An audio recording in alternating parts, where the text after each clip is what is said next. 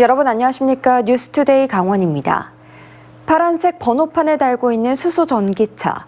친환경적이라는 큰 장점에도 턱없이 불편한 충전소는 여전히 수소차 확산의 걸림돌입니다. 이런 상황에서 춘천을 포함해 도내 곳곳에 수소 충전소가 들어설 예정이어서 운전자들의 불편이 조금씩 줄어들 것으로 예상됩니다. 이승현 기자가 취재했습니다. 친환경차로 주목받는 수소 전기차. 그런데 수소 공급에 문제가 생길 때마다 운전자들은 충전하기가 힘들었습니다. 수소 공급에 문제가 없을 때에도 수소 충전소를 찾아 먼 거리를 가야 하는 불편을 감내하고 있습니다. 가다 떨어지면 아무 데서나 해야 되는데 꼭 이거는 지정된 장소를 찾아가야 되니까 지금 현재 2군데 있는데 이런 상황에서 춘천에 새로운 수소 충전소가 들어섰습니다. 투입된 예산은 국비와 시비를 합쳐 54억 8천만 원. 이곳에서는 하루 동안 승용차 100대와 버스 25대를 충전할 수 있습니다. 수소 전기차 보급 활성화를 위한 충전 인프라 구축을 통해 춘천시 수소 경제 활성화와 교통 분야 탄소 중립 실현에 최선을 다하겠습니다. 춘천에 있는 수소차는 1,100대를 넘었습니다. 강원도 18개 시군 가운데 가장 많습니다. 하지만 그동안 수소 충전소가 단 2곳에 불과해 수소 충전소 한 곳에서 500대 이상을 감당해야 했습니다. 춘천시는 세 번째 충전소가 시내권에 들어서면서 충전 불편이 어느 정도 해소될 걸로 기대하고 있습니다. 의암호에서 멀지 않고 굉장히 쾌적한 곳에 있기 때문에 아마 수소차 운전자들도 굉장히 좋아하리라 여깁니다. 오는 7월에는 원주 장양리, 이어 12월에는 춘천 학곡리, 내년 12월 태백에도 수소 충전소가 한 곳씩 생깁니다. 도내 수소차가 모두 2,980대인 걸 감안하면 그래도 여전히 충전소는 부족합니다. 현재 강원도 내 수소 충전소를 다 합쳐도 13곳뿐, 강원도는 수소 충전소를 더 늘려가겠다고 밝혔습니다. MBC 뉴스 이승현입니다. 태백시가 수소 충전소 건립을 추진하기로 하고 다음 달 초 수소 충전소 구축 사업 관련 주민 설명회를 개최합니다. 수소 충전소의 설비 용량은 25kg으로 내년 말까지 시간당 5대 정도로 충전할 수 있는 수소 충전소를 구축할 계획입니다. 태백시에는 현재 수소 자동차 5대가 운행 중이고 올해도 10대를 추가 보급될 계획이지만 관내 수소 충전소가 없어 수소 차량의 이용자들이 불편을 겪고 있습니다. 동해안과 인접 생활권에서 출토된 귀한 문화재들이 외부로 유출되고 있어 이를 원래 자리로 되돌려야 한다는 요구가 커지고 있습니다. 이런 가운데 해양과 산악, 관동 팔경 문화가 깃든 국립환동해박물관 유치 움직임도 시작됐습니다. 홍한표 기자가 보도합니다. 달빛을 머금듯 부드럽고 온화한 기품이 고스란히 드러납니다. 우리나라에서는 보기 드문 흰 대리석의 국보, 강릉, 한송사지 석조 보살 좌상입니다. 1200년 전 대리석을 쪼개고 깎고 다듬었던 석공들의 기술이 돋보입니다. 하지만 1912년 일본으로 반출됐다 1965년 고국으로 돌아온 뒤에도 110년 넘게 고향 강릉 땅을 밟지 못한 채 현재는 국립춘천박물관이 유일한 국보로 소장 중입니다. 원통형의 보관이나 풍만한 얼굴, 입가 미소에서 강릉 신복사지나 평창 월정사 석조 보살 좌상에서도 공통적으로 보이는 특징입니다. 지난 2022년 강원도 의회에서는 강릉으로 환수해야 한다는 내용의 건의안을 의결한 바 있습니다. 강릉시립박물관에서는 같은 곳에서 발견돼 머리와 팔은 없지만 쌍둥이 같은 석조 보살 좌상이 자리 잡고 있어 이를 제자리에 돌려놓는 환지본처해야 한다는 주장이 커지고 있습니다. 또 강릉시립박물관은 정정류 등 보물 4점을 더 보유하고 있지만 마땅한 전시 공간이 없어 특별 전이 때만 공개될 뿐 대부분 수장고에 보관돼 있습니다. 태백산맥으로 갈려 독특한 문화적 양상을 보여주는 영동 지역에 국립박물관 유치가 필요한 이유입니다. 춘천박물관에 소장되고 전시되는 유물도 영동 지역에 상당수 있고요. 그래서 해양이나 산간 그리고 관동팔경 이러한 문화들을 좀 접목을 한 특색 있는 국립박물관이 영동 지역에 하나가 반드시 유치가 돼야 된다라고. 특히 전국 광역 시도마다 국립박물관이 2곳씩 보유하고 있거나 계획 중이지만 강원과 제주만 유일하게 제외돼 있습니다. 국립박물관 유치를 놓고 김홍규 강릉시장이 공약으로 내건 데 이어 권성동 국회의원도 이번 총선 공약집에 담았습니다. 강릉시는 발굴 유물들의 정보를 집대성해 이를 아카이빙하는 작업을 진행 중입니다.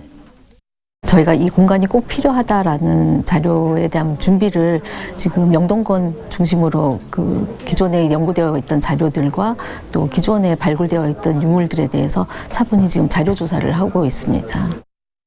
강원도의 문화적 역량은 북강원과의 교류로 더욱 확장될 수 있는데 학술 대회 등의 교류를 위해서라도 국립박물관 유치가 필요하다는 의견도 나오고 있습니다. MBC 뉴스 홍한표입니다. 더불어민주당 허영 국회의원이 급발진 사고의 원인 규명과 재발 방지를 위해 제조물 책임법 개정을 21대 국회에서 처리해야 한다고 촉구했습니다. 허 의원은 강릉의 급발진 의심 사고를 토대로 자동차 결함 원인을 소비자가 입증하는 현행 제조물 책임법은 문제가 있다며 법 개정이 시급하다고 밝혔습니다. 특히 21대 국회에 모두 5건의 법안이 계류된 상태라며 이번 국회에서 처리하지 못하면 소모적인 논쟁이 반복될 수밖에 없다고 덧붙였습니다.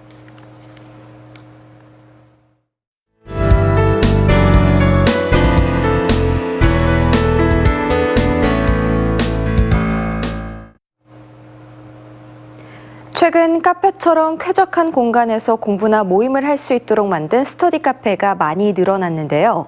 계약을 해지할 때 환불을 거부하거나 지나치게 많은 위약금을 요구하는 식의 소비자 피해가 급증하고 있습니다. 대전 MBC의 김성국 기자가 취재했습니다. 요즘 학원가에서 흔히 볼 수 있는 스터디 카페. 독서실과 달리 밝고 개방적인 분위기로 학생과 수험생 사이에서 인기가 높습니다.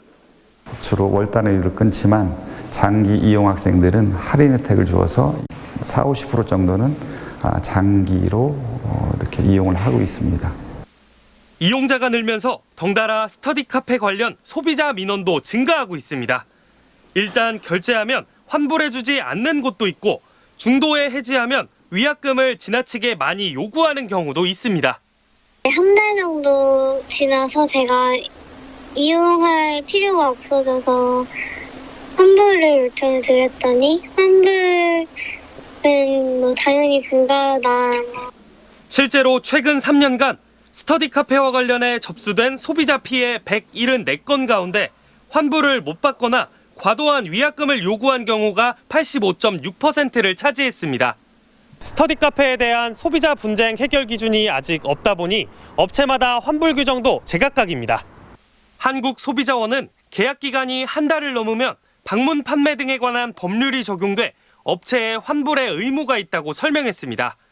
다만 시간 단위나 한 달 미만 기간으로 결제할 경우에는 마땅한 구제 대책이 없어 주의해야 한다고 당부했습니다. 반드시 사전에 환불 규정이나 이용 약관 등을 꼼꼼하게 확인하셔야 하고요. 무조건 환불이 안 된다라고 하는 업체는 좀 이용에 대해서 또 20만 원 이상의 장기 이용권은 청약을 철회할 수 있도록 신용카드로 할부 결제하는 게 좋다고 조언했습니다. MBC 뉴스 김성국입니다.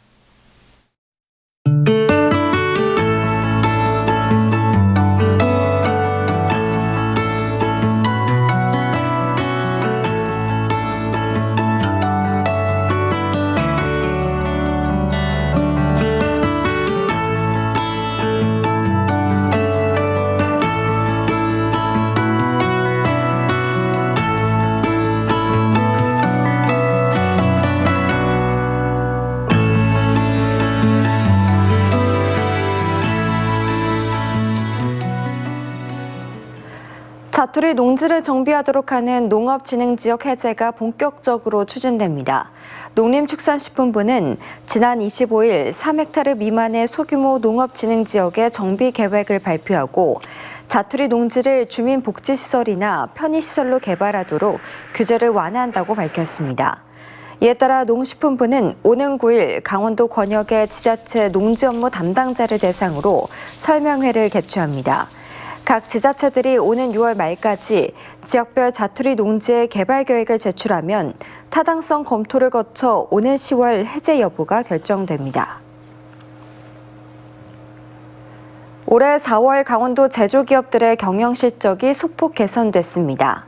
한국은행 강원본부가 발표한 기업 경기 실사지수 조사 결과를 보면 4월 도내 제조업의 업황지수는 한 달 전보다 6포인트 오른 60을 기록했고 다음 달 업황 전망지수는 5포인트 오른 65포인트로 나타났습니다. 제조업 경영에 어려움을 주는 요인이 내수 부진이라는 응답이 32.4%로 가장 많았고 원자재 가격의 상승이 11.5%, 불확실한 경제 상황이 9.5%로 그 뒤를 이었습니다. 봄철 본격적인 산림 사업이 시작되면서 강원도가 산림 사고 예방을 위한 캠페인을 실시했습니다. 강원도는 지난 26일 홍천의 토리숲에서 산림사업 담당 공무원과 근로자 100여 명을 대상으로 소규모 산림 사업장에서 지켜야 할 안전보건 의무사항을 안내하고 안전한 근로환경 제공을 위한 체크리스트를 안내했습니다. 지난 1월부터 중대재해처벌법이 5인 이상 소규모 사업장에도 확대 적용되면서 근로자 사망 등 중대재해가 발생하면 사업주에게 책임을 물을 수 있습니다. 연말 개통되는 동해선 포항 삼척 구간의 역사 이름 12곳 가운데 11곳이 확정됐습니다. 국토교통부는 최근 영명심의위원회에서 강원도에서는 근덕역, 임원역 등 2곳의 역명을 확정했고 원덕 오건역은 계속 심의하고 있습니다. 포항과 경북에 있는 9개 역사는 영해역, 후포역, 울진역 등 제출된 이름이 그대로 확정됐습니다. 동해선 포항 삼척 간 166.3km 단선 전철 건설 사업은 3조 4,200여억 원의 국고가 투입됐으며 12월 개통을 목표로 마무리 공사가 진행 중입니다. 앞으로 도사견이나 핏불테리어와 같은 맹견을 기르는 사람은 허가를 받아야 합니다. 맹견 사육 허가제를 포함하는 동물보호법 개정안이 시행됨에 따라 맹견을 기르려는 사람은 소유권을 취득한 지 30일 안에 지자체에 사육 허가를 신청해야 합니다. 이미 맹견을 기르고 있는 사람도 오늘 10월 말까지 허가를 받아야 합니다. 시장과 도지사는 맹견의 기질과 공공의 안전에 위험이 되는지를 평가해 맹견의 사육 여부를 결정합니다. 지난해부터 강릉 지역의 상수도에서 흙과 곰팡이 냄새가 난다는 민원이 계속해 발생하면서 강릉시가 원인 파악에 나섰습니다. 강릉시는 상수도 냄새의 원인 파악을 위해 오는 11월까지 오봉 저수지 오염 원인 조사 및 수질 개선 대책 연구 용역을 진행하기로 하고 공정하고 투명한 사업자 선정을 위해 제안서 평가위원회 위원을 공개 모집한다고 밝혔습니다. 강릉시는 오봉 저수지 상류에 도마천과 왕산천 등 수하천 수질 조사와 퇴적물 오염도 조사, 흙과 곰팡이 냄새 발생 오염원 조사에 이어 종합관리 대책 수립을 추진한다는 계획입니다. 비운의 왕 단종의 넋을 기리는 제57회 단종문화제가 어제 폐막했습니다. 단종의 옷자락을 따라라는 주제로 열린 이번 문화제에서는 대표 행사로 자리 잡은 단종의 국장 행렬 야간 재연과 함께 단종의 배필이었던 정순왕후 선발대회 등 다채로운 이벤트가 펼쳐졌습니다. 이 밖에도 강원도 무형문화재인 영월의 칡줄다리기, 주민들이 직접 풍물단으로 참여해 행렬에 나선 단종 퍼레이드 등이 관광객들의 눈길을 끌었습니다. 단종문화제는 조선 제6대 임금 단종을 기리고 충신들의 넋을 달래는 향토문화제로 1967년에 시작해 57회째를 맞았습니다. 국가지정문화재 사적으로 지정돼 있는 삼척도호부 관아 역사문화체험 프로그램이 개최됩니다. 삼척도호부 관아의 흔적을 찾아서는 5월 4일과 6월 8일 오전과 오후로 나눠 문화유산 활용 미션 체험 프로그램으로 진행하며 온라인 선착순 사전 예약을 받고 있습니다.